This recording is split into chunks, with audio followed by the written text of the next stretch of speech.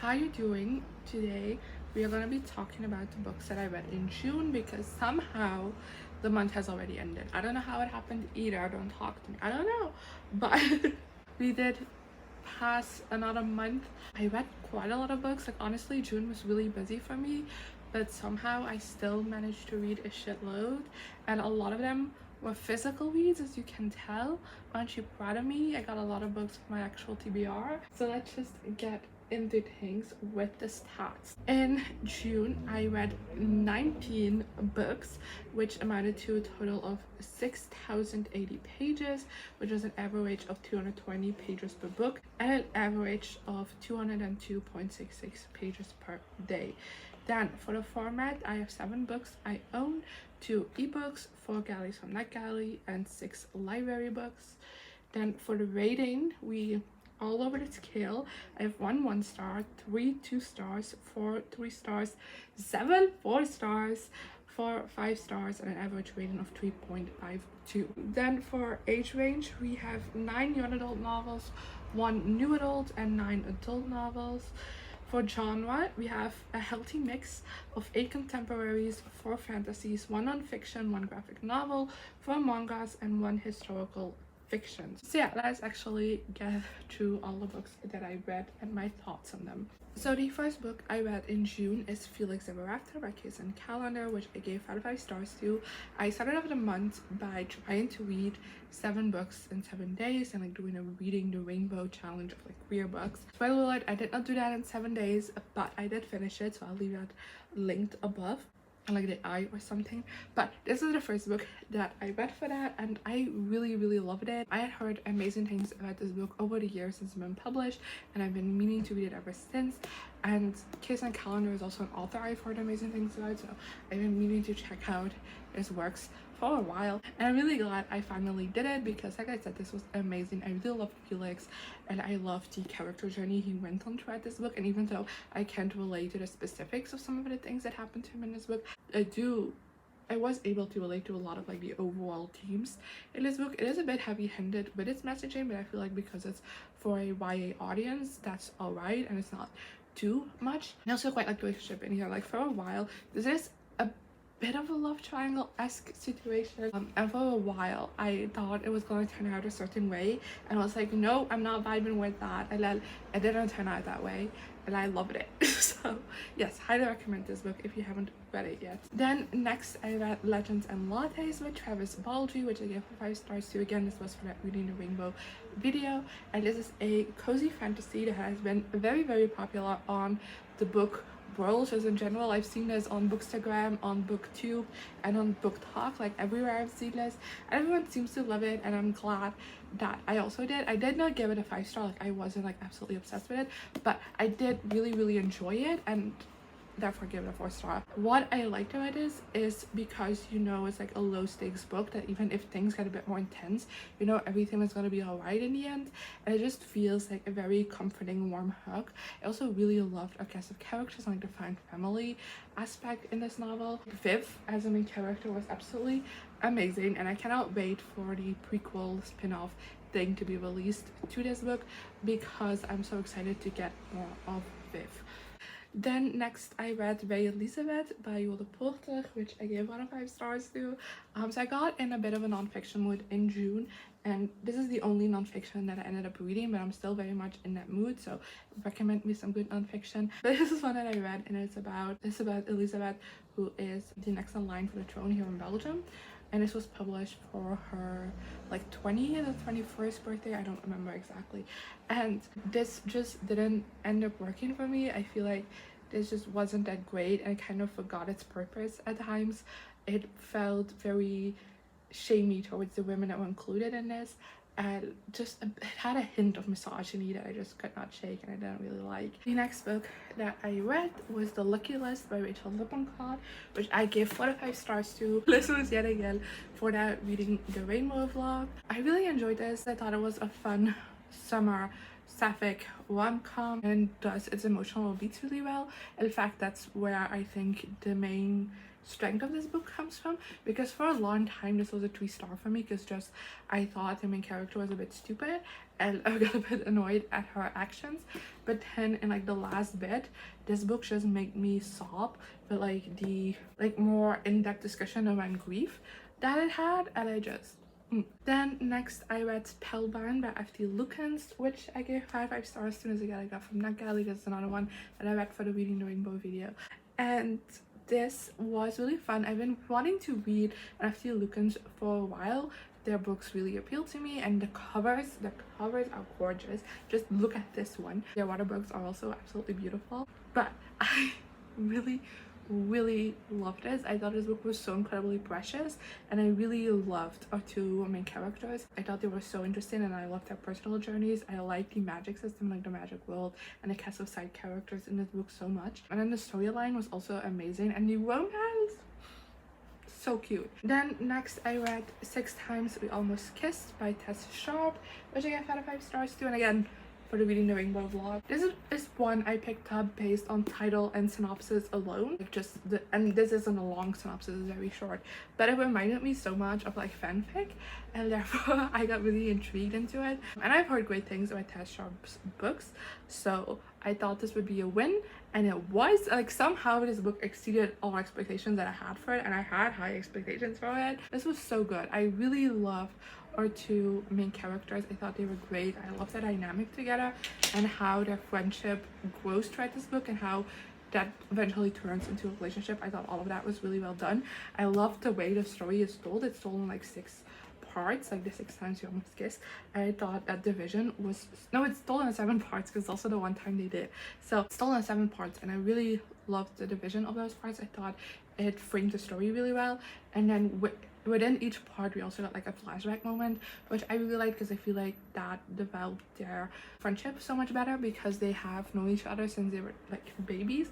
So getting to see more of their past was also like really conducive to understanding their connection to each other better. And then next we have If This Gets Out by Sophie Gonzales and Cale, Dietrich, which I gave 5 stars to. This is one I've been meaning to read for a while, because Sophie Gonzales is one of my favorite authors, and also just this book sounded so interesting to me, but I haven't gotten around to it, maybe because the fear that I wouldn't like it was just too big. But I finally did, again for my Reading the Rainbow vlog, and I ended up really enjoying this. It's not a 5 star because I do think the romance in this book had used a little bit more development, but for the rest I really enjoyed this. I really liked our 2 main characters. I loved the band and their friendship dynamic. I thought that was so well done. I really loved the discussions around like toxic management and closeting in the music industry. I thought all of that was so well done, and I want more from this. I desperately want a sequel, because just the way that this ends is not necessarily like in a bad way, but in a way that's open-ended that I want more. Then next I read Paper Planes by Jennie Wood Dozerdraws, which I gave 2 to 5 stars to, and is a guy from Nagali. I thought this graphic novel was very meh for me. It focuses on 2 characters, one that I liked, one that I really didn't. I thought that character was so unlikable, and therefore I just also didn't really connect to it. And even though I like some of the discussions that were brought up with this graphic novel, I don't know, I wasn't the biggest fan while reading. It just felt very meh to me. Then next I read Monster Volume 8 by Naoki Urasawa, which I gave 4 out of 5 stars to. I really liked this volume. I thought it did some great build up for what's to come in the next volume, and it kept me on the edge of my seat because of that, but it wasn't like a top-notch volume, you know? Then next I read Always Only You by Chloe Liese, which I gave 2 to 5 stars to, which is, I hate to say that so much because I've heard so many great things about this series, the Berkman Brothers series, so I've been really excited to read this, and it did not work for me. Like, there isn't anything particularly wrong with it, but I just didn't connect with it. I thought the romance was cute, but like for the rest, everything about this book just kind of felt meh to me. Like, there wasn't much else to the novel besides the romance, and I did not care enough about the romance to not mind the fact that there's nothing else besides the romance going on. Then next I read Going by Coastal by Dahlia Adler, which I gave 5 stars to, the guy I got from Nagali. I really like this book. It's dual timeline. Is basically becoming characters to make a decision, and one timeline follows like the path she took for making one decision, and then the other is the other decision, you know. And I really love that. Like, it's such a hard thing to pull off, I think, but I think this book did it so well. Like, even though we followed the same character in both timelines, isn't that much difference about her. I felt like both timelines were so distinct. I really love seeing the different parallels that were also taken throughout both stories. And I feel like when it comes to like her personal development arc, she does end at the same place with both storylines, but the way she gets there is so different that I thought was so interesting. And then I also love the two romances because she has a romance in either path, I would say, and I love both. I have a preference, I do, but I do like both. Then next we have A Kingdom of Flesh and Fire by Jennifer Armentrout, which I gave 5 stars to. This one I read in a vlog in which I read fantasy romances, and this one just ended up being fine for me. I like kind of like the world building that was done in this. I just didn't like the way it was done. I thought it was very much just the main character asking what's that, and then what another character just like monologuing about, you know, the world building instead of having it like naturally included in the storyline. I also just think not a whole lot happened in this book, and I feel like this could have been edited down severely. And yeah, I don't particularly care about the characters, but I don't hate them. I don't particularly care about the romance, but I don't hate it. And I don't particularly care about the story, but I don't hate it, you know? I feel very much middle of the road with this book. Then next I read Monster Volume 9 by Naoki Urasawa, which I gave 5 stars to. This officially is the halfway mark of the series, and I feel like you can tell because a shitload of things happen in this one. This one is very edge of your seat, hard beating, a lot of action, a lot of reveals, things happening, and I sat with my mouth open most of the time while reading this. Like, my jaw was dropped. And ends on an amazing cliffhanger. So, of course, I immediately read Monster Volume 10 by Naoki Urasawa, which I gave 5 stars to. Because there were so many big events in the previous volume, this one, like, sets up some new pathways. Not necessarily new storylines, but new things. And therefore, this one just felt like a step back and, like, very slow. And a bit, I want to say filler, but it's not really filler because everything that happens in here is necessary. It just feels, you know, like a step down and a bit boring. And then I also read Monster Volume 11 by Naoki Urasawa, which I gave 5 stars to. This one I liked much more. This had a bit of a slow beginning, but for the rest I do think that this did a lot of interesting things. It had a lot of intrigue, interesting reveals, and yeah, I'm very excited about the direction the series is going in right now. Then next I read My Policeman by Bethan Roberts, which I give 5 stars to. This, I watched the movie for this when it came out because Harry Styles in it, and that's kind of the only reason. And I was so disappointed by it because I liked the story, I didn't like the execution. So I thought perhaps I would like the book, and now I finally have gotten around to reading it, and I did not. I had the same issue with this, is where I like the story but I didn't like the execution, but like in such a different way, because this is a very different execution than the movie. But I don't like Marion, and this book is mainly focused on her, and I just think she is a terrible human being, and this book glorifies her. I don't like it. But like, my main problem actually with this book, besides just the focus on Marion, is that Tom is such a bland character, like so bland. Like, at least in the movie he has a bit of a personality, even though I didn't like that personality, he has one. In this book he doesn't. And how am I supposed to understand that two people are so absolutely obsessed with him to the point of like willing to be ruining their lives for such a bland person? Like, he has no personality, and that just made me bored throughout the entire book. I really love the sections from like Patrick's diary, so we got like the little experts from that. I just wish it was more of that. I feel like if it was told through his perspective, I would like it so much more. Then next I read Stinger by Mia Sheridan, which I gave 5 stars to. We got it from NetGalley. I've been meaning to read a Mia Sheridan for quite a bit now because she is a very popular romance author, and I gotta get it just from NetGalley, so I decided to read it and see what the hype's about. And I still don't know what the hype's about because I thought this wasn't that great. So basically, this book is split. It's technically split into 3 parts, but like in reality it's more so like 2 parts. One is when our 2 main characters kind of have this weekend together of like sex and no strings attached, but then like, oh shit, strings are getting attached.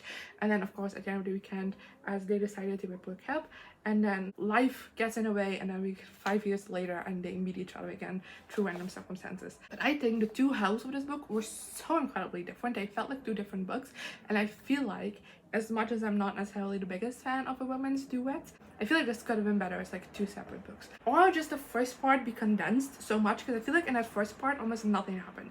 Like we did 0 relationship development, so why did we have to spend so many pages on it? Like not a whole lot happened. It's just them going about Vegas, having sex, and then by the end of it both being like, oh, I'm so obsessed with this person, where did that come from? I'm like, I don't know either, I don't. And then we skip forward 5 years, like I said, and we do again 0 relationship development. Like you're not telling me that these people have not seen each other for 5 years. Like they originally like met a weekend ago, like a weekend, they spent 3 days together, and then 5 years later both of them keep saying in their inner monologue about how much they've changed in these 5 years and how much their lives have changed, but yet somehow without hesitation they're back together. Genuinely, where did that come from? On top of that, in the second half there's also kind of like a suspense B plot that I really didn't really like how that was done. Then next I read Together Apart by Erin A, Auriane Desombre, Erin Hahn, Bill Koningsberg, Rachael Lippincott, Brittney Morris,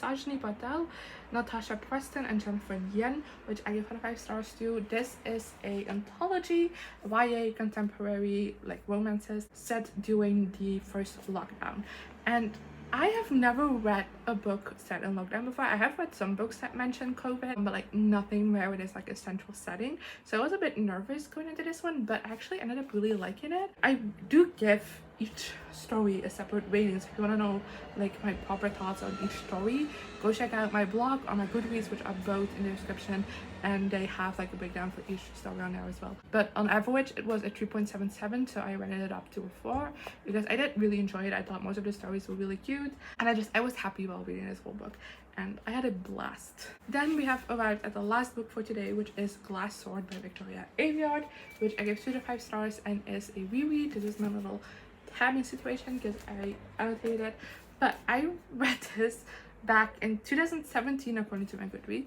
and I wasn't a fan, and then I completely forgot about anything that happened in it. I reread it in 2020 in the hopes to finally continue with the series. Again, didn't like this book, so I didn't continue, and now we're finally here rereading it again because again 0 memory of it. And I can say that even though my rating of it hasn't changed, I did enjoy it much more than the first 2 times, at least according to my memory that I have of them, because I remember the first 2 times that I read this book I was just so incredibly bored. I thought nothing happened in this book, and I felt a bit brain dead reading it because I was just so bored, and I didn't have that this time. I thought this was so entertaining. It's like nothing happens in this book, that is correct. Like almost nothing happens in this book. There are like some like recruitments and like hiding and like, you know, like little shit like that, but like nothing of consequence happens until like the very end. But I still thought this was such an entertaining read and absolutely flew through it, which was such a surprise. And I really like the world building that we got in this book. I feel like we learn a whole lot about like other parts of the world in this book, and I thought that was so interesting. I love the cast of side characters. I do, by the end of this book, constantly for the 3rd time in a row, absolutely hate Mia. I think she's such a terrible person by the end of this. That was everything I read in the month of June. Let me know in the comments what you thought of these books, if you've read them, as well as some of the books you read in June, and I guess I'll see you guys next time. Here I am again, the same old situation. Why does the God thing have to be so complicated?